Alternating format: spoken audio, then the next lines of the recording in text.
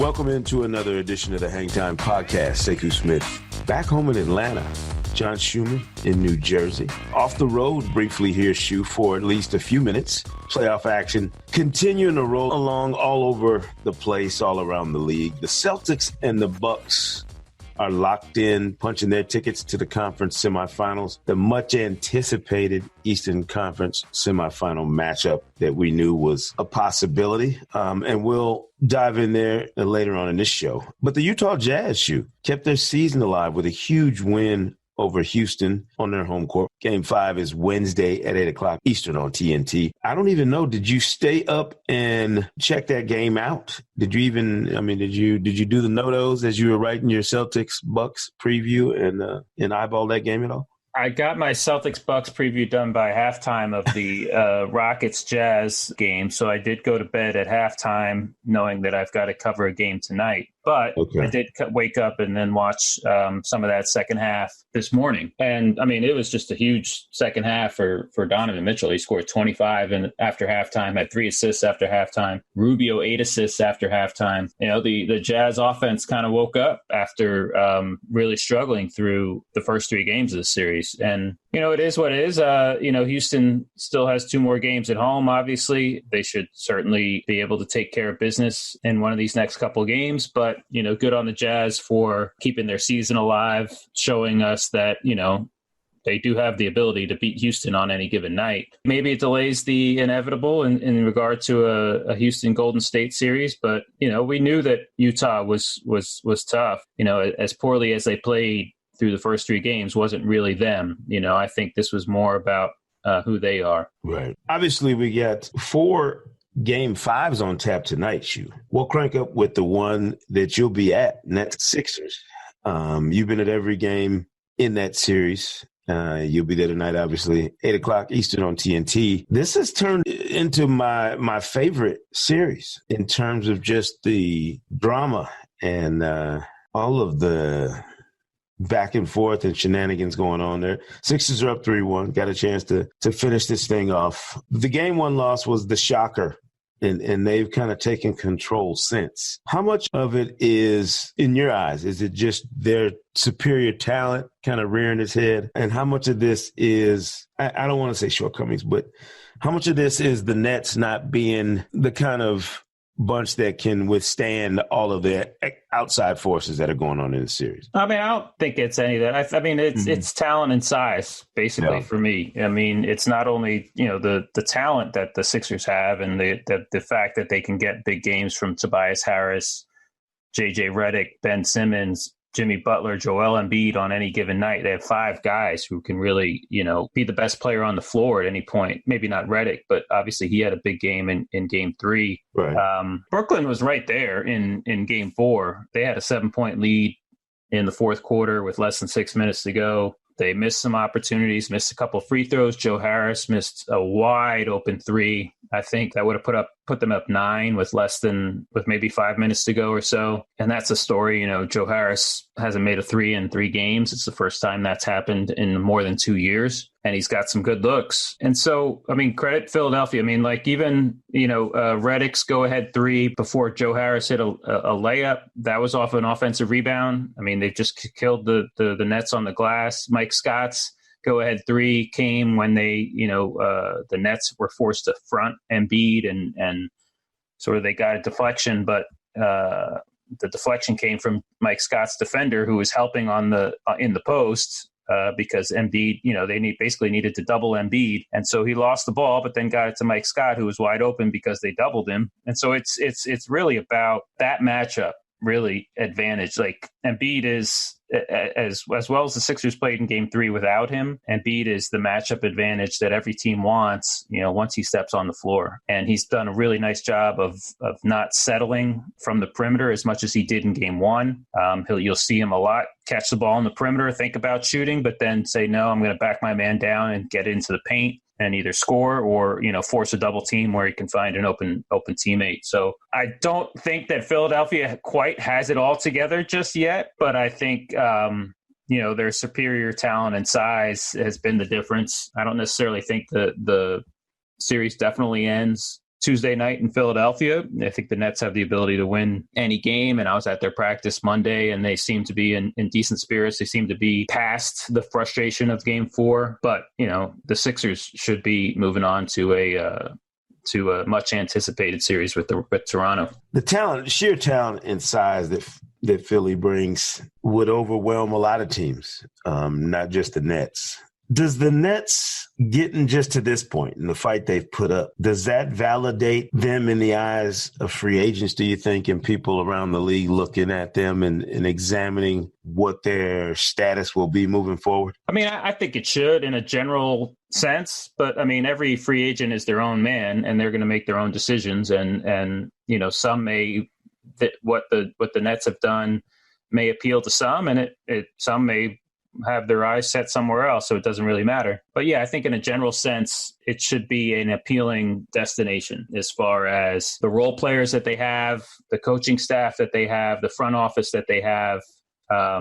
Heck, that practice facility, I mean, I was at that practice facility again. I hadn't been there in a little while. Yesterday. That thing is it's freaking beautiful. Like I was telling somebody there, it's like, don't ever take for granted that you get to come here to work every day. And living in New York, I think is an appeal to a lot of people. So I think, there's certainly a lot there to appeal to players around the league. And I'm sure that, you get a guy like Jared Dudley who, putting aside his antagonistic role in this series, a guy who's a vet that other players will talk to as far as, hey, what was the experience like in Brooklyn? And he loves it, and so I think that's a plus. You have a few veteran players there that came in this year and obviously played a role in helping this team get to the playoffs, but also have enjoyed their time there, and word will get around the league in that regard. So I think they've done well for themselves, and they're a competitive group. They have a couple of advantages over the Sixers, especially in their sort of the quickness of their guards that can take advantage of the Sixers'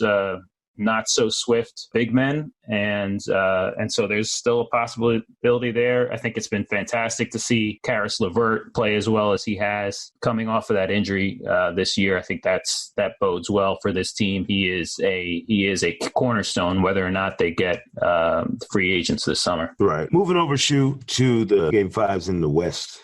I was at two of the games between the Portland Trail Blazers and Oklahoma City Thunder. I was somewhat critical of the Thunder and Russell Westbrook following Game 3, even though they won the game. I just raised the question of what the ceiling might be for Russ during his Thunder tenure, and if that was enough legacy-wise to justify the way he's played, the way he's operated. He's been in the news, obviously, here the last few days for stuff that to me really didn't rise to the level of worry. Player being a little nasty on the podium or being the way he was up there. That's not something that's going to concern me long term. You get over that. What does concern me about the Thunder, Shu, is the third highest payroll in the league and no clear avenue to improve this roster, be it organically from your own player development program and the ability to go out and find, the ideal pieces around Russ, like by Saturday. You know what I mean? Like I don't see the escape hatch for the Thunder right now in terms of how you change the DNA of this team unless you change fundamentally the way Russ plays. I was thinking about this. I was like, we talked last week about them and the fact that I think when they were down 2-0 or 1-0 and the fact that they didn't have enough shooting around Westbrook and Paul George. But I was just thinking, well, why can't Westbrook become a better shooter? Or why is he such a bad shooter himself? Like he's basically one of the worst jump shooters in the league. And like, why hasn't that improved? He's been in the league a long time, or why has it even gotten worse over the course of his career? And it'd be great to ask him about that, but he would never answer that question.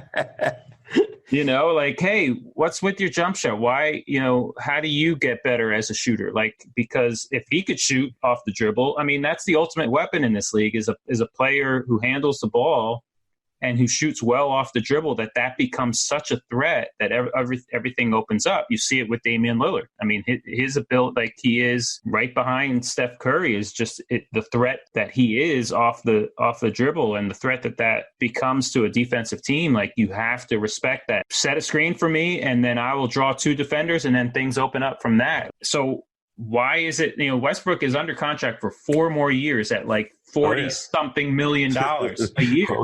Oh, yeah.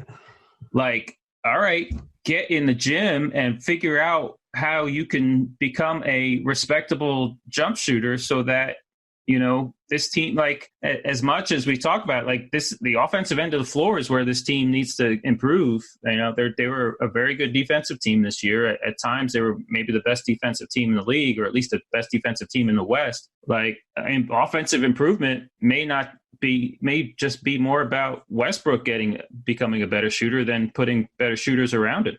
Yeah, that's what I mean. One of the readers sent me an email, very upset, saying that I had written that Russ needs to cut and run. And I was like, nowhere in the piece that I wrote did you see me even suggest slightly that he should abandon Oklahoma City. I did not write that. What I wrote was, is it time for everybody, Russ included, to reexamine how he's operated? If all you have to show for what's going on since KD left is 4 playoff games won. I'm curious for myself to see if they continue to develop some of the other things that are going on around Russ. Namely, Steven Adams, who I appreciate what he brings, the force that he plays with, and the fact that he's as reliable as he is. But if he's your 3rd highest paid player, I'm fine with that. Right. And he is a 2-way player. I'm fine with him. Yeah.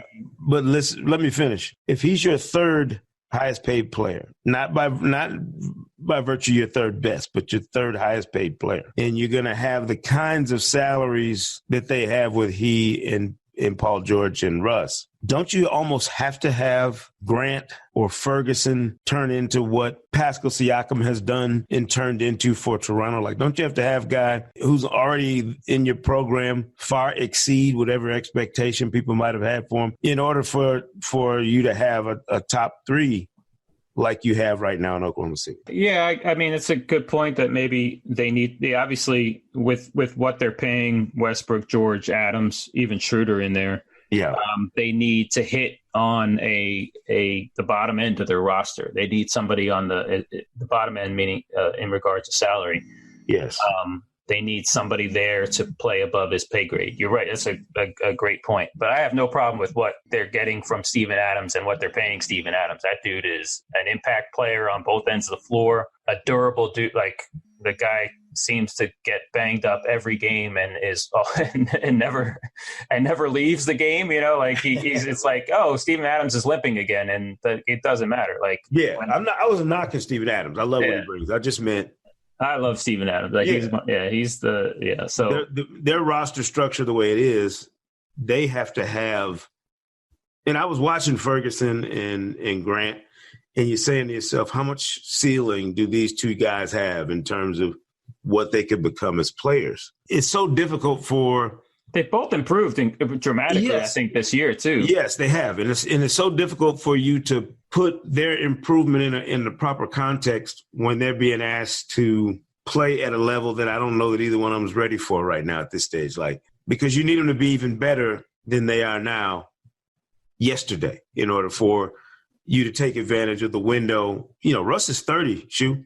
He's not young anymore. He's not, we can't excuse away his mistakes or deficiencies at this stage of his career. That's what I found myself doing. There was a time when we would say, well, he's young. He's still got an opportunity to, to develop his, what kind of player he is. And he's 30. He's a decade in. He is what he is.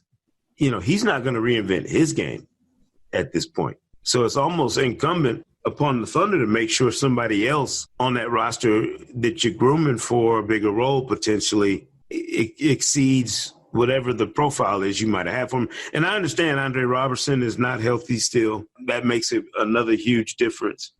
But they need another component. Like, you got to have another player who changes your dynamic if what you have now in your main core players, Schroeder included, that these guys are who and what they are largely at this stage of their career. Yeah, I think maybe the only hope for somebody to take a big step forward is Hamidou Diallo. The guy obviously has the raw tools to be a impact player, just a matter of him getting healthy. I think he had surgery recently. If that's going to prevent him from having a healthy summer of in the gym, putting in work. And so, they have the 21st pick in the draft. Maybe they hit on that, but even if they hit on that, that's a rookie. That's not necessarily going to make an impact next year. So it's tough. It's a tough situation. It's interesting. And I don't think the West is getting any worse next year, even if Kevin Durant leaves the Warriors. The Lakers will be back. The Clippers could be much improved.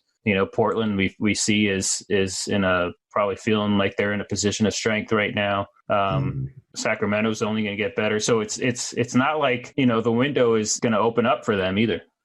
No, it's going to be difficult. And, and being in Oklahoma City, I mean, they were booing Sunday night, as the frustration mounted in Game 4. And it was clear that Portland was the more serious-minded, focused team going into that game. Like the day before, we got a chance to see both teams. And Oklahoma City's nonchalance at their practice kind of struck me. Just that they didn't seem nearly as business-minded and focused as Portland did. And I was expecting it. And Russ, I thought, played a very strange, disengaged emotionally game, that something that you wouldn't have expected in that setting for him.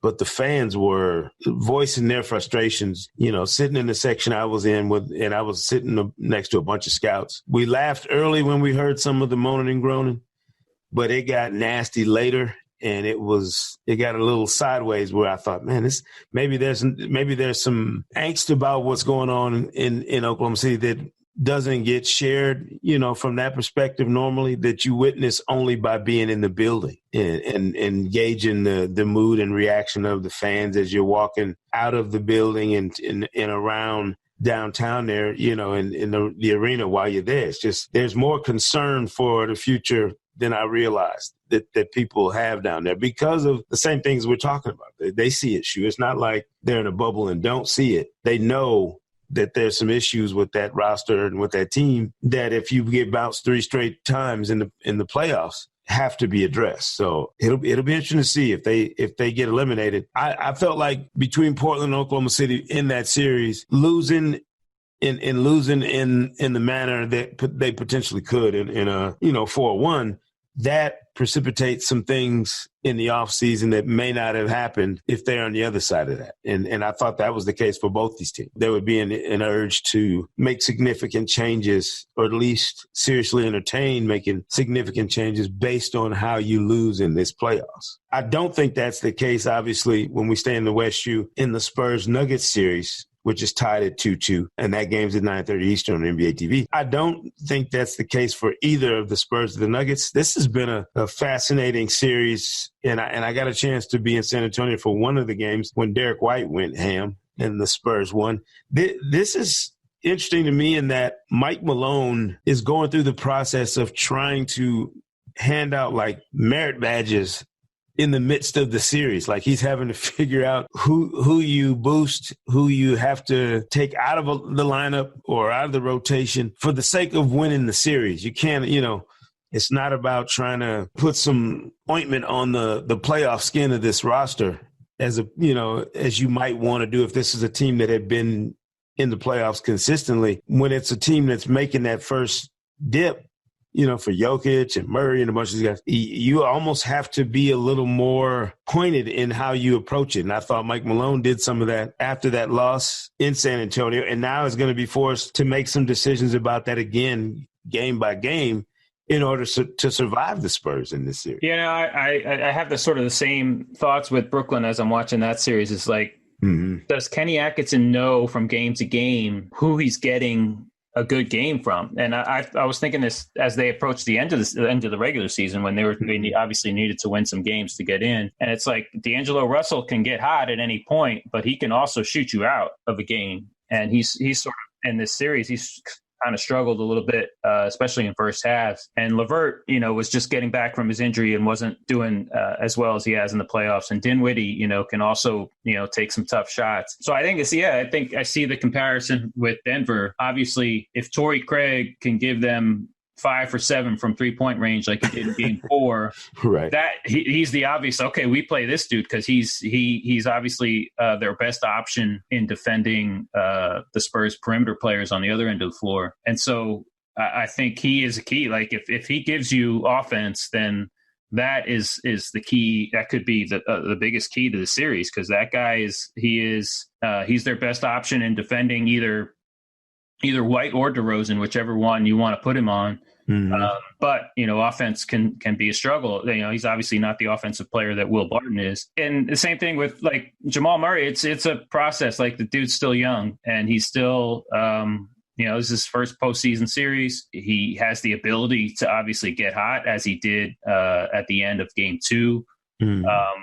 But you're going to have to be patient with him at sometimes. And I think that's like going back to Brooklyn. I think Kenny Atkinson's one of the best thing about him this year is how patient he's been with Russell, or Russell will have a bad game. And Atkinson, just understands that, it's going to come. Like, if I be patient with this guy, he's going to win us a couple of games too. And I think that's the case with Jamal Murray. You got to just take the good with the bad and understand that it's still early in the process with him, and that you're going to have some rough nights. He's also going to win you games with a couple of big quarters. Yeah, he did. Obviously, did that in game 2. Of those 4 teams, that are on the other side of that bracket in the West from the inevitable, Warriors Rockets matchup we think is coming. Portland, OKC, San Antonio, and Denver. Who do you give the nod to in terms of being the most likely to reach the Western Conference Finals of that bunch, knowing what's left in both those series? It's hard not to pick Portland, right? Just how strong they've looked. They've obviously been the strongest of those 4 teams, and the most consistent from game to game. I mean, credit to those guys. I mean, credit to Terry Stotts, credit to Lillard. We've sung his praises quite a bit on here over the last couple months. McCollum and their ability to recover from what was an embarrassing sweep last year and have a strong regular season to just keep rolling through the Nurkic injury. Yeah. Aminu had a terrific game the other night. They need those kinds of games from their role players. McCollum has been very good, but he's not the most consistent scorer or efficient scorer because of the shots he takes. He's a in between, sort of DeRozan-esque. He takes those mid-range floater shots. That's going to come and go. Lillard is obviously more consistent, but they've been good enough. And I think when this bracket was set up, I was fascinated to see which one of these 4 teams, and we talked about it because they were all sort of flawed in a way, which one of these 4 teams was going to make it to the conference finals. I'm still fascinated. I still don't know the answer to that. I think Portland is the favorite, but Denver and the Spurs certainly will have an opportunity. So I'm still fascinated. Like as much as the Warriors Rocket series or potential Warriors Rocket series, as much as we're anticipating that, and as much as it seems inevitable that the winner of that is going to get to the finals, I still love to see sort of who has success leading up to that. And even in the East, like I'm still fascinated. The next 2 series are obviously going to be awesome, just as far as 2 teams are going to go home really disappointed, and 2 teams are going to be one step closer to being the team that gets to the finals. Yeah. The last of those 4 games we mentioned, those game 5s, Toronto in Orlando, 7:00 Eastern on NBA TV. The Raptors know what's at stake, and Orlando has been maybe a bit more difficult an opponent than I think some people realize they'd be. But I feel like that game 1 shocker is what has put Toronto in a more heightened sense of existence, just understanding what they're going to be dealing with in, potentially in the next round. They will have a monster on their hands to battle with, obviously, with Philadelphia. But Shu, do you look at the Raptors matchup and almost feel like, once again, the victim of our wandering eye has been Kawhi Leonard. he's been so good, like we know he can be, and we still don't talk about it. We still don't focus on him. I've been more intrigued watching Siakam than I have been anybody on that Toronto roster. But how big a deal is Kawhi playing at the level he's playing right now in terms of Toronto's hopes for what they can accomplish in this postseason?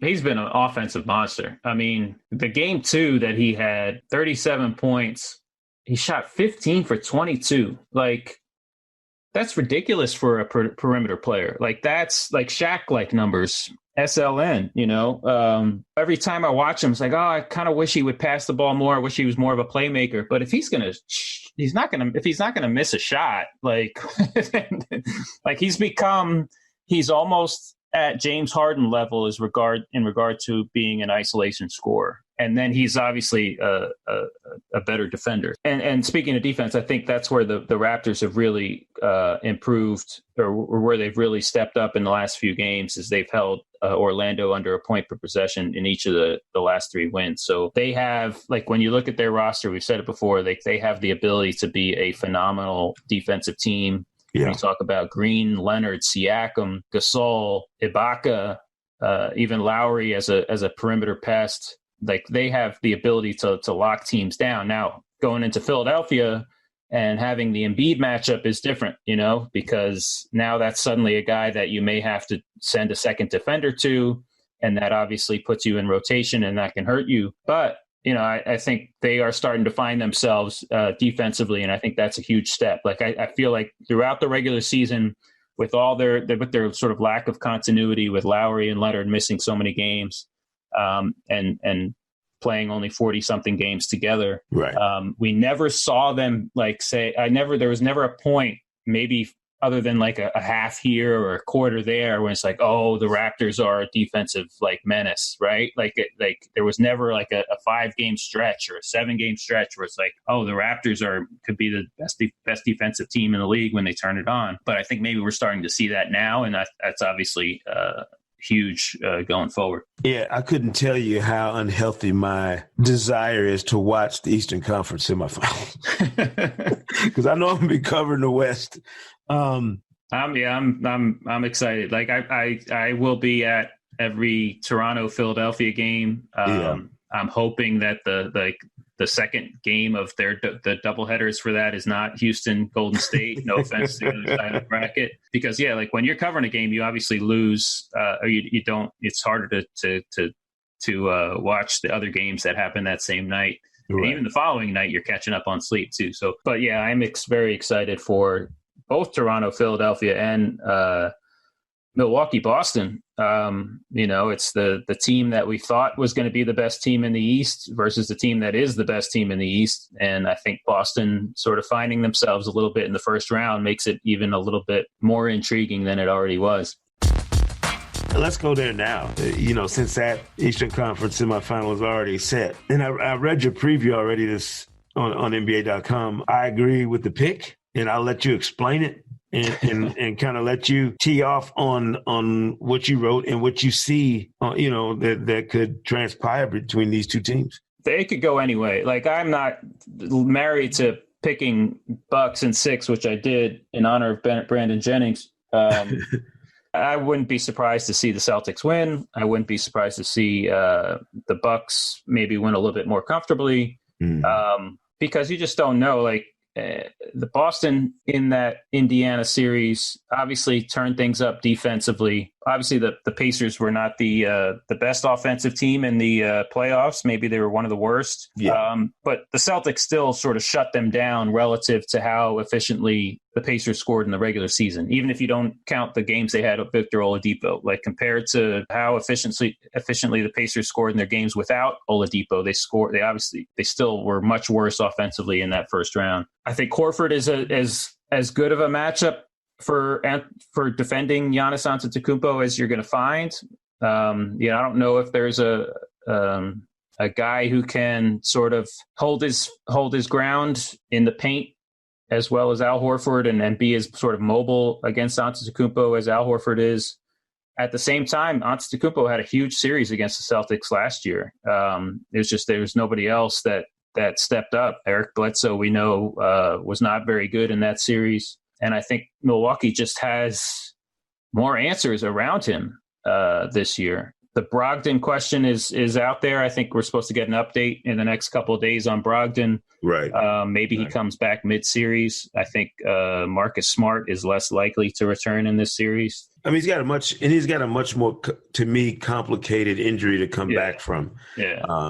I was talking with Tom Thibodeau about that last night when we were on set, in between some of the stuff we were doing. He and Rex Chapman and Casey Stern and I were talking about all the series, obviously, and where they stand. He was saying that the oblique is an injury that, you talk about how different guys' bodies react different ways to some of these injuries. Like the oblique is one that you dread as a coach. He's like, because you're trying to get a guy back, he said, and it's one of those ones where all of the different things you have to do where you're oblique, because could be an issue. Yeah. Make it extremely difficult for a guy to get back to a full. Yeah, it's a core. I mean, it's in your core, right? It's a core, yeah. It affects everything. Like, it affects your ability to go forward, to go sideways, to jump, so. But it'll be interesting to see how Boston starts, if they continue to start Horford at Bain and Baines together. That matches up Horford with Antetokounmpo at the 4. But if they play Horford at the 5 and play smaller with, say, Marcus Morris or even Hayward in there at a forward position, then you sort of force Brook Lopez to venture outside the paint defensively. And I think obviously a key to Milwaukee's defense is Lopez being able to hang near the basket, protect the rim, and help rebound. And so that'll be the sort of first chess move to see is what lineup configuration Boston goes with.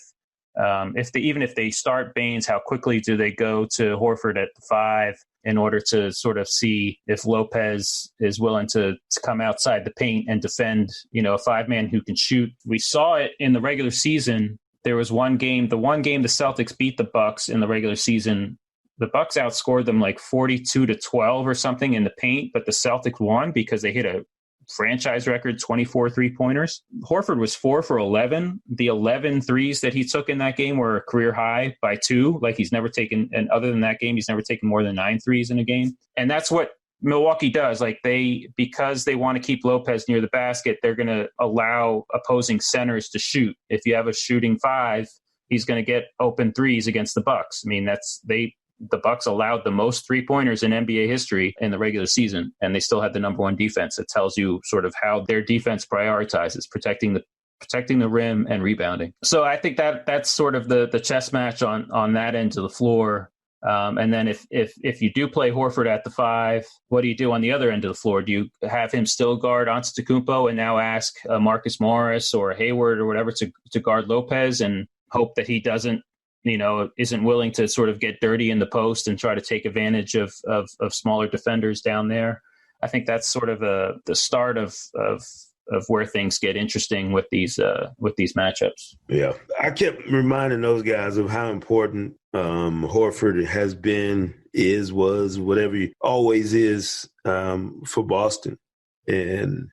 I think he's still. I've said it before. I think he's still the most important player on that team. Yeah, I mean, just so critical in terms of his success. Kind of as a solo defender for as much as you can be against Giannis is huge. In that series, and it was interesting having a coach like Tibbs who was there to either confirm or dispute some of the theories I had about what we might see. I don't know if, and this is another thing, Shu, you tell me if you notice this about these playoff matchups.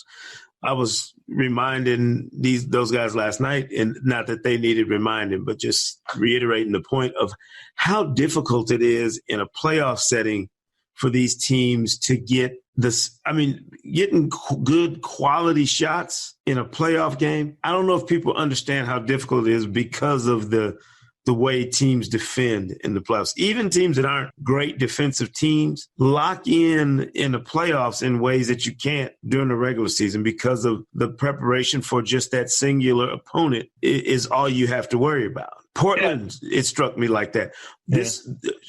Clean shots in this Bucks-Celtics series are going to be impossible.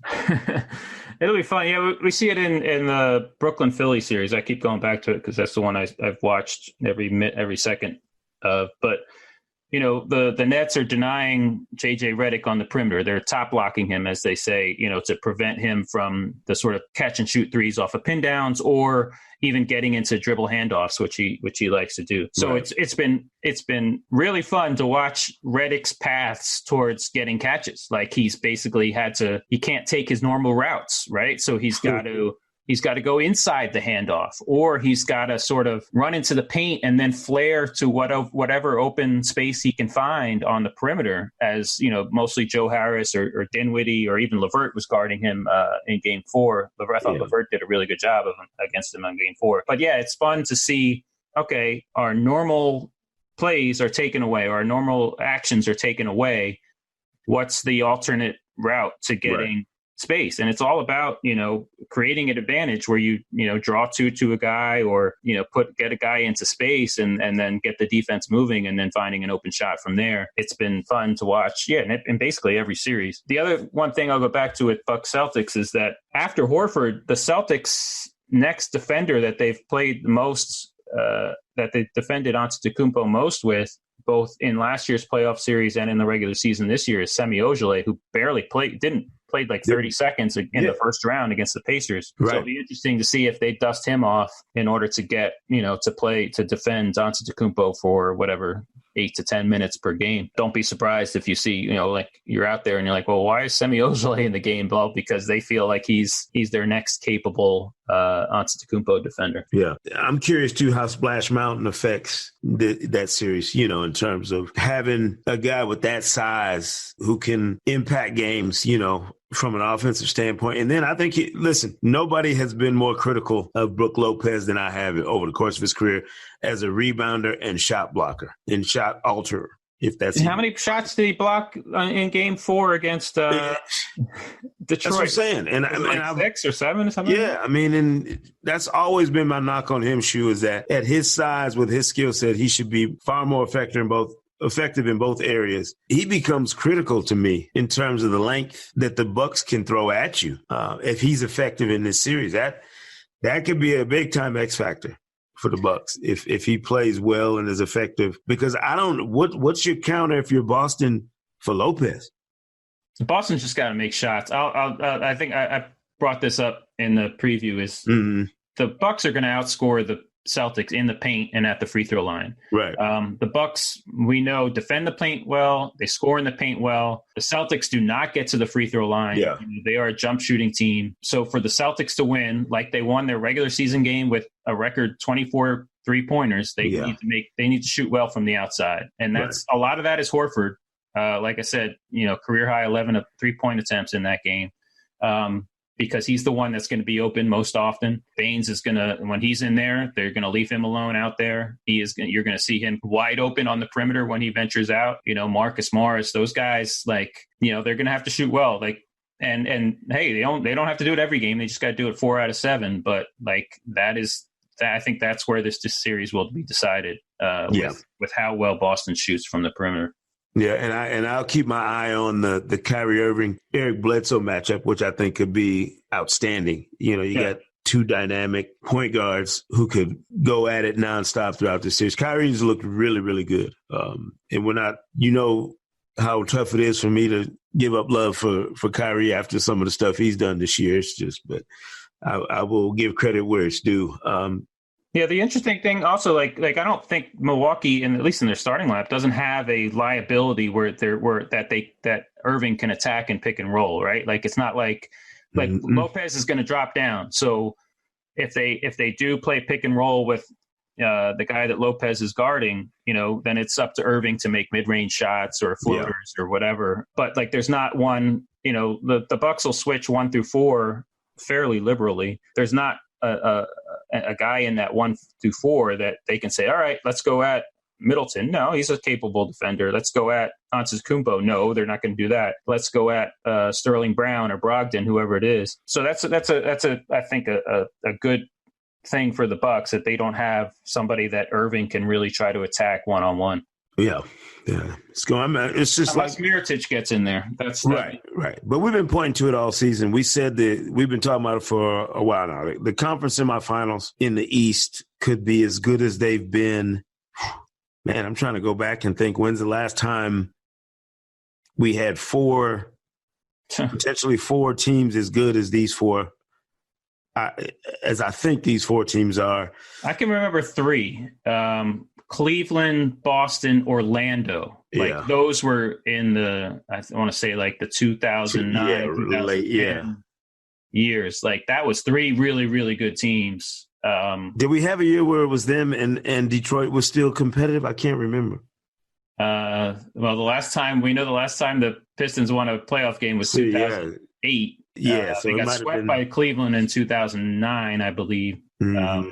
It might not have had. We might not have had four that I can remember. So 2008, we had Detroit, Cleveland, and Boston, obviously. But I don't think Orlando was that good that year. Yeah, they weren't as stout. Like I said, just ridiculous matchups. We've earned them. A long NBA regular season. We have earned these sorts of playoff matchups. And everybody stay healthy. Yes, everybody show up healthy and in uniform. We should get everything we've been asking for. Bit of news, Shu, before we get out of here. The Phoenix Suns, I don't even have words for them firing Igor Kokoskov after one season, and you wonder why you can't seem to get things straight out there. The continued inconsistency of what they're doing in Phoenix is frightening for their young players in the development of those young players. Like I said, I'm not getting it. I don't want to talk about it. I just want to mention it, make sure that we get it out there, because it kind of came in a Woj bomb, late Monday night. But I'll just say, what kind of a coach do you expect to get next? If you keep, you're not going to get an in-demand coach is not going to want to come to a place that with such. With such whatever. Entropy. I used the word last night, entropy, and Rex Chapman told me he had to look it up. But it means disorder. It's just my seventh grade science teacher used to use that word all the time. There's no order to what they're doing, and it's frustrating as hell, because this is a team that is repeatedly in the lottery. So that means they're acquiring this young talent that is not allowed to breathe, grow, and develop the way it should, because the ecosystem they keep plopping this talent into is so dysfunctional. Also, for players, when they say they don't have a great rookie season, we say, well, you know what? It really starts the second year. Like after you get your taste of the league, and then you put in your work, you understand what you had to work on in the summer, you put in your summer of work, and then let's see what kind of a player you are in year two. Shouldn't we be similarly patient with coaches as far as, okay, I wish he got his taste of as a head coach. Obviously he'd been an assistant, but he understood, okay, what it was to be a head coach, what it was to what this team obviously needed to do to be better. Why can't he get a summer of work to really figure things out and then see what kind of a coach he is in year two? I agree. I don't know anything about what's going on internally with that team, but it just seems silly to cut ties with a coach so quickly. Thought well enough to hire a year ago, right? Or whatever. It's frustrating. It is frustrating. Good luck to whoever is picking those pieces up in Phoenix, trying to get it right. Draft lottery's around the corner. This is a team that potentially could end up with the number one pick. And here they are again. Trying to figure it out. In terms of what direction they're headed in with a head coach. We'll be back on Thursday with another episode previewing the other conference semifinal matchups and talking about what transpires over the next couple of days in the games that you'll be watching. Make sure you follow all of our playoff coverage on NBA TV and NBA.com. Be sure to subscribe to Hang Time on Apple Podcasts, Spotify, wherever you get your podcasts all season long. Don't forget to leave a review. Enjoy the game tonight. Enjoy everything else you watch until we talk again. For John Hartzell, our producer, this is Sekou Smith, John Schumann, and we will see you right here next time on the Hang Time Podcast. Hang Time Podcast.